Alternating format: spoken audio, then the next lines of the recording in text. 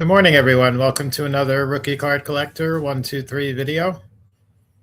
In today's video, I'm going to do a video response to SammyThunder's recent video. Not necessarily that he asked for one, but his video kind of got me thinking about my own collection. And this is regarding the video he did asking, basically, is there a price where you would sell any or all of the cards in your personal collection? Not so much for dealers. Obviously, dealers in the business and everything is for sale. But for people who are just strictly collectors, even your most favorite cards in the collection, is there a certain price that you would consider selling even the number one card in your PC? So my response is probably very similar to most true collectors. 99% of the cards in my personal collection would not be for sale, outside of some sort of a outrageous offer. I never say never. Somebody offers $1 million for a $5,000 or $10,000 card, obviously I would sell it. But generally speaking, the collection means more to me than the money that I would get out of it in 99% of the cases. Today's video, though, I'm going to talk about the one case out of a collection of 310 that I assembled back over a 10-year period from 2014 to 2004 to 2014. That was my Baseball Hall of Fame rookies collection. And every single piece that I collected, the only time I would ever let go of it would be if another piece came along which was earlier and predated the item that I had. My main objective was to either have the true rookie card for every Baseball Hall of Famer, which at that time was 310 total, or if not the rookie card, the earliest item that I could afford. And it was not always cards. A lot of the items I had were Type 1 photos. I had pinbacks. I had woodcuts. I had newspaper supplements, all kinds of stuff. Cards being probably more than half of my collection were real actual cards, but I had a ton of other stuff that really was not.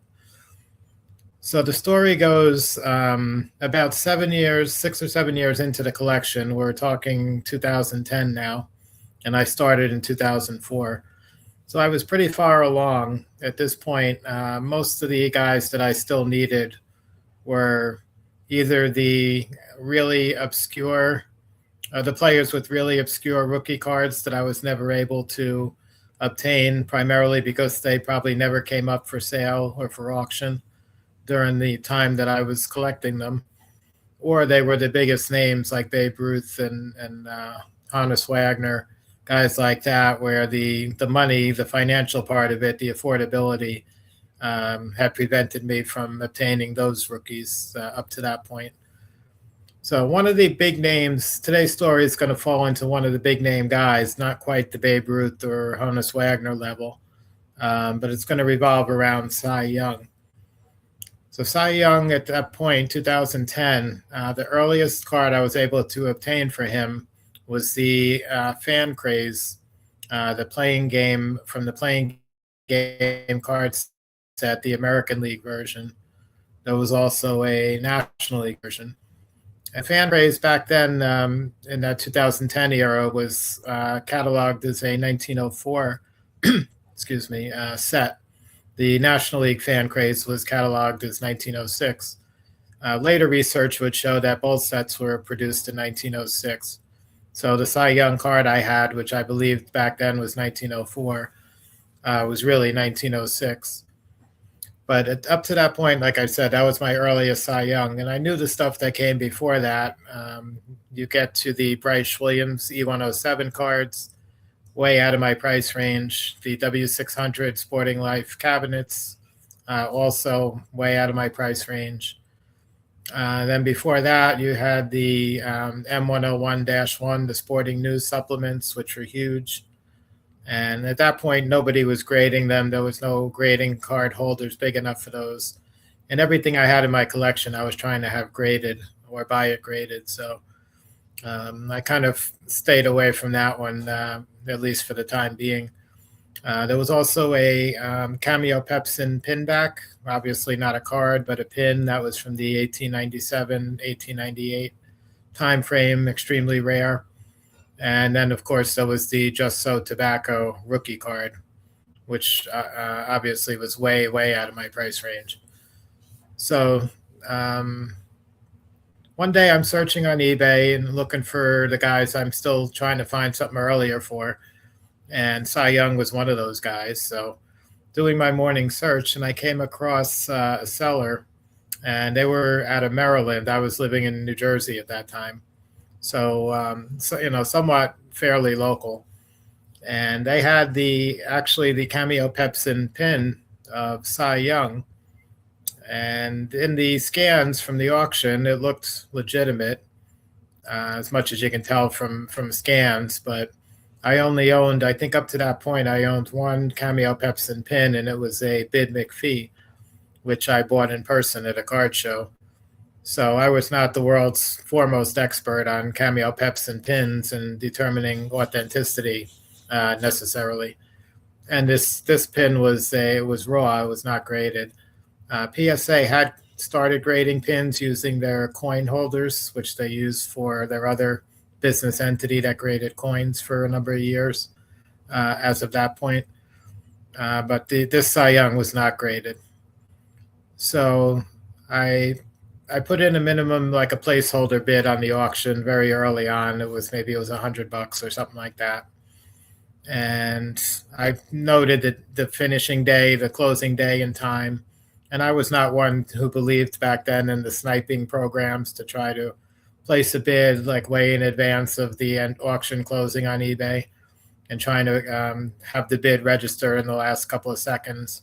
I always thought that, it's easy for something to go wrong with that. And also, if you're following the auction live in person, you might make a split-second decision at the end and, end up getting something that you otherwise, if you placed a bid, 5 days earlier, you might not have gone to that level. So anyway, so I was not one of those sniping people. So finally, just before closing day, maybe the day before, I started thinking a little more about it, and it was sitting at what I thought was a fairly reasonable price. It was in the $2,000 range at that time. And back then, there was no VCP or Card Ladder or any of these tracking programs to determine like what recent sales were. It was an extremely rare pin back. I believe even up until today, there's only three known, as far as I know. So it's sort of just one of those things where, could I afford it? Yeah, 2000 was kind of a lot of money for me at the time, but I could afford it. And it was somebody I really needed an upgrade for in the collection. So I decided I was going to make a strong effort to try to pick it up on closing day the next day. But I also had a little bit of concerns about the seller. And the main reason for that, they had good feedback and all. I think it was 100% feedback history. But when I looked at their other items to see, what other kind of baseball memorabilia they had, maybe something else I might be interested in. And it turns out that Cy Young was the only baseball or even the only sports-related item that they had for sale, I believe. Other than that, they had a lot of like glassware and home furnishing types of things, kitchen type of stuff. So obviously it seemed like somebody, I don't know how they got a hold of it. It's such an advanced piece like that, Cameo Pepsin Cy Young. But wherever they got it from, it seemed to be just a one-off thing. They were not really a sports or baseball collector. So I reached out to the seller. Back then the eBay did not share contact info or anything. So all you could do was send a message. So I sent a message to the seller and explained, I'm in New Jersey, you're in Maryland. I see you don't do a lot of business with baseball memorabilia.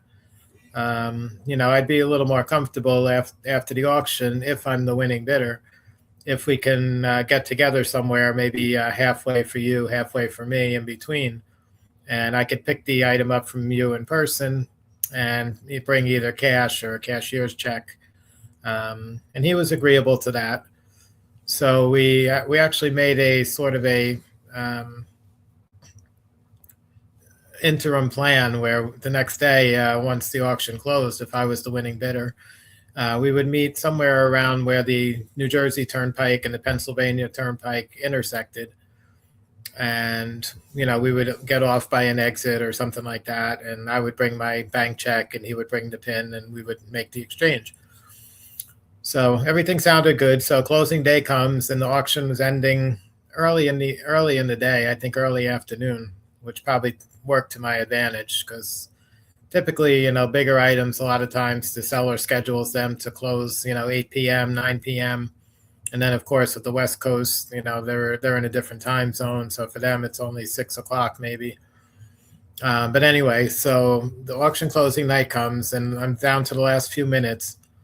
And the card is still, I think it was around 22 or 2,300. So it only had gone up the last day, maybe $200 or $300 more above the 2,000 from the previous night. So I'm thinking I have a good chance and get down to the final minute or so, 30 seconds or so. And shortly after that, I put in my final bid, which I decided I was going to go up to 3,000. But I thought $29.99.99 sounded a little better to me than 3,000 even. So that's what I did. So I put in that bid. And then you have that 5 or 10 second delay where you place the bid. I could see that the bid registered. It said I was the high bidder. But then the auction doesn't actually close and you don't see on the screen like what the winning bid price was for a number of seconds, which seemed like forever to me at that time because I was so anxious to hopefully pick it up. And finally, the winning bidder final value amount popped up on the screen and it sold to me for 2,500 and change, maybe 2,549 or something like that. So indeed, I was the winning bidder and super excited. So very shortly after, I sent a message to the seller and said, I hope we can get together maybe in the next few days, like we talked about. And, I'll get a cashier's check from the bank and, we'll meet you. We agreed on a date and time and everything, which was going to be, I guess, the next day. So, so I'm going about the rest of my afternoon, and I get a message through eBay from the seller. I figured maybe it's an update on our deal and where we're going to meet and all that. So it's a message from him, and he says the Cy Young pin that you got, the person who was the underbidder really wants that pin, and they're willing to make you an offer. So I said, okay. And he says they're willing to offer you $5,000 for the Cy Young that you just got for 2,500 and change. So I thought about it for a few seconds and I told him, I appreciate it. It's a nice offer. It's double what I paid for it, minutes after the auction ended. But, Cy Young is one of the main guys that I still need, for my collection. I need an earlier piece, and this is probably the earliest I'm ever going to get. So I'm going to pass on the offer, but please thank them anyway. And I expected, that was going to be the end of it. So I send him the message back. Maybe less than an hour, maybe 45 minutes later, I get another message from the seller. And he says, the underbidder is serious about this item. He's willing to pay $10,000 for it, which is now 4 times what I paid, and obviously a substantial amount of money. So I think about it a little bit harder this time, and what I could do with that 10,000 in terms of growing, a lot of pieces in my collection rather than just having that Cy Young pin. But again, I made a final decision that, the Cy Young pin is more important to me than the $10,000, and I'm going to pass on the offer again. And now I'm almost positive that, that's going to be the end of it. So I get a message back shortly after that, and the seller says, the underbidder's asking if I can give him your contact info so he can, reach out to you directly. So I said, sure, I didn't think it was going to go anywhere, but why not? So, so he gives him my email address, and very shortly after that, maybe 10 minutes later, I get an email from this, the underbidder. And he proceeds to tell me that he's going after the Cameo Pepsin 1898 pinback set, trying to complete the set. And the Cy Young is the biggest one that he still needs from the entire set. And he's very close to the end. And then he tells me last year when it came up for auction, he needed a Jesse Burkett, which another more obscure Hall of Famer. But he's also in that pinback set and also has extremely few playing days collectibles. And he needed the Jesse Burkett. Last year came up for auction about a year earlier. And he ended up winning the Burkett, and he paid $35,000 for it. So he says to me, I'm willing to offer you the same what I paid for the Burkett, $35,000 for the Cy Young. So now, obviously, that really got my attention. And $35,000 for something I just bought and hadn't even paid for or got in my hands yet. A few hours earlier, I can take $2,500 I spent and get $35,000 back. And to me, that was I just couldn't pass that up. That was just like insane. So I repeated the offer back to him and said, if you're offering me $35,000, like cash or, bank check, whatever. If you're offering me that, I can't turn that down. I'll accept the offer. So he says, okay. So at that time on eBay, you were not forced to do PayPal, but most people either sent a check or did PayPal. That was over the PayPal limit. So he sent me his personal check. It turned out that this individual, I found out during our exchange, was a very famous collector. I'm not going to mention who it was, but very famous collector. And he sent me his personal check, and I deposited the check. And for that kind of amount, even from somebody who you would expect would have a lot of money, I waited the 5 or 7 days, whatever, for the check to clear. This is before, electronic banking was so prevalent like it is today. And he had no problem with that. The check cleared. I put it in my account. I send the card, or I send the PIN registered mail. He was not far from New Jersey where I was. So he got it a couple of days later, or probably a week later with registered mail. But he was happy, left positive feedback. I had, gotten my money, and I would use that sum to further my collection greatly, and picked up many, many items. And the really odd thing with the end of this whole story was years later, maybe 2 or 3 years later, at the very end of my Hall of Fame rookie collection, before I sold it all, I came across a second Cy Young Cameo Pepsin pin in a auction. I think it was an REA auction, but I'm not 100% sure. And I bid on it, and I actually ended up winning that. That one was a PSA 6, which was probably in better condition originally that I sold. And the really amazing thing is, like I said in the beginning, there's only 3 of these Cameo Pepsin Cy Young pins known in the hobby. So for me to have had 2 of them out of the 3 is really incredible. And eventually, like I said, I sold the whole collection. So that Cy Young pin sold. And when I sold it, I think I ended up getting about $7,500 or something. And I paid about $6,000 or $6,500. So I made like $1,000 more than what I paid for it. Nothing crazy. But Sammy's video kind of got me thinking back to that day that that all happened back in 2010, 16 years ago now.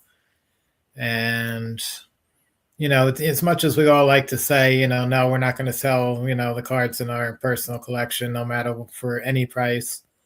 I think everybody has, maybe hasn't gone through that actual scenario and lived it out. But I think everybody, in a similar situation, the majority of collectors, maybe the vast majority of collectors, would have done what I did, given those numbers and those parameters and all. So anyway, really enjoyed Sammy's video. I like the idea and the concept, and just wanted to share this with other collectors. I meant to show the item. This is an enlarged scan. This one was the second one I had in the PSA holder, but it's obviously Cy Young. He's in his Cleveland days. He's in business attire, not in his uniform. And these were about one. It was a huge set for the time for 1898. There was about 160 baseball players, maybe something like that. I didn't check that before I did this video, so that might not be right. But it was a huge set for the time. They were all real photographic images of the ball players. And this was the Cy Young that I'm talking about in the video there. So anyway, hope you guys enjoyed the video. It was great reminiscing back to that day and the whole scenario that played out. And I'm sure one day I'm hoping to come across another similar type situation where I get an offer on something I have that I can't refuse, and I can go much further along in my collection with those funds. So hope you enjoyed the video. Have a great day, and I'll catch you guys again on the next one.